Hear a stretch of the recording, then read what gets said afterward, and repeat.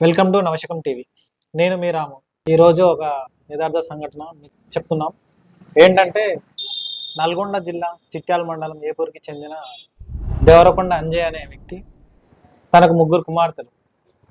ఆ ముగ్గురు కుమార్తెలకు తను ఉన్న ఆస్తిలో 4 ఎకరాల్లో ప్రతి కుమార్తెకు ఎకరం ఎకరం చొప్పున ఇచ్చి పెళ్లి చేశాడు. ఘనంగా పెళ్లి చేశాడు. వారి బతుకు తెరువు కోసం 1 ఎకరా పొలాన్ని ఉంచుకున్నాడు.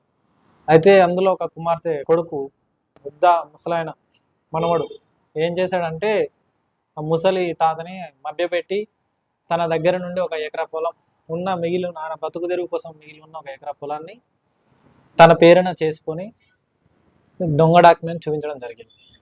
ఇది తెలిసిన ముసలాయన ఏం చేశాడంటే పోయి కలెక్టర్ దగ్గర నాకు బతుకు తెరువు లేదు, నాకున్న ఆస్తిని కూడా మా వాళ్ళు కాజేశారని కంప్లైంట్ ఇవ్వడంతో ఫిర్యాదు స్వీకరించిన అధికారులు ఆ మనవాడిని పిలిచి అడగడంతో డబ్బులే కానీ సర్టిఫికేట్స్లే కానీ అలాంటివి నీకు ఏమైనా డాక్యుమెంట్స్ ఉన్నాయా నీకు అమ్మినట్టు కానీ అని అధికారులు అడగడంతో నీళ్ళు వెళ్ళాడు.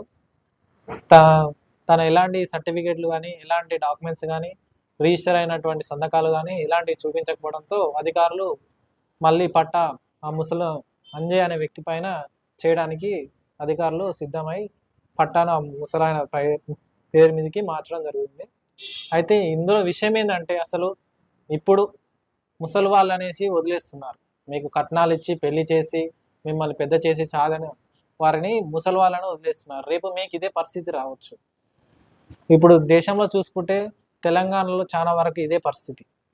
తనకున్న ఆస్తిని మొత్తం తను తిన్నాడో తినకనో మీ పెళ్ళిళ్ళు చేసి మీకోసం ఉన్న ఆస్తిని అంతా అమ్మి తాకట్టు పెట్టి వారు మీ పెళ్ళిళ్ళు చేశారు. పెళ్ళిళ్ళు చేసి వృద్ధాప్యంలో నా కూతురు నా కొడుకులు తోడుంటారని అనుకున్న వారికి మీరు రోడ్ల పైన పడేస్తున్నారు.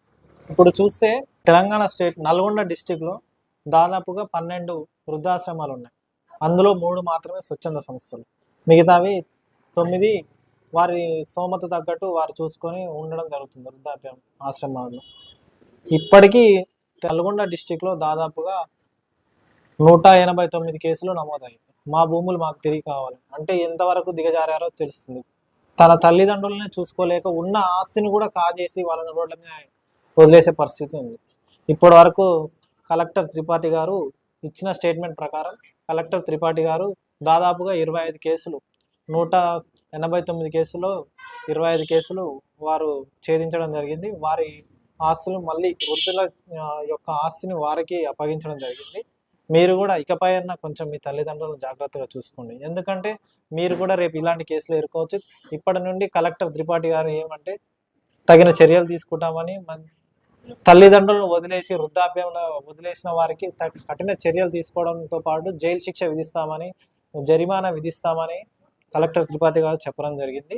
దయచేసి ఇప్పటికైనా మీ తల్లిదండ్రులు కాస్తో కూస్తో మిమ్మల్ని అయితే చిన్నప్పటి నుంచి అయితే పెంచి పెద్ద చేసి మీకోసం వాళ్ళు వాళ్ళు మిమ్మల్ని సాధనం జరిగింది.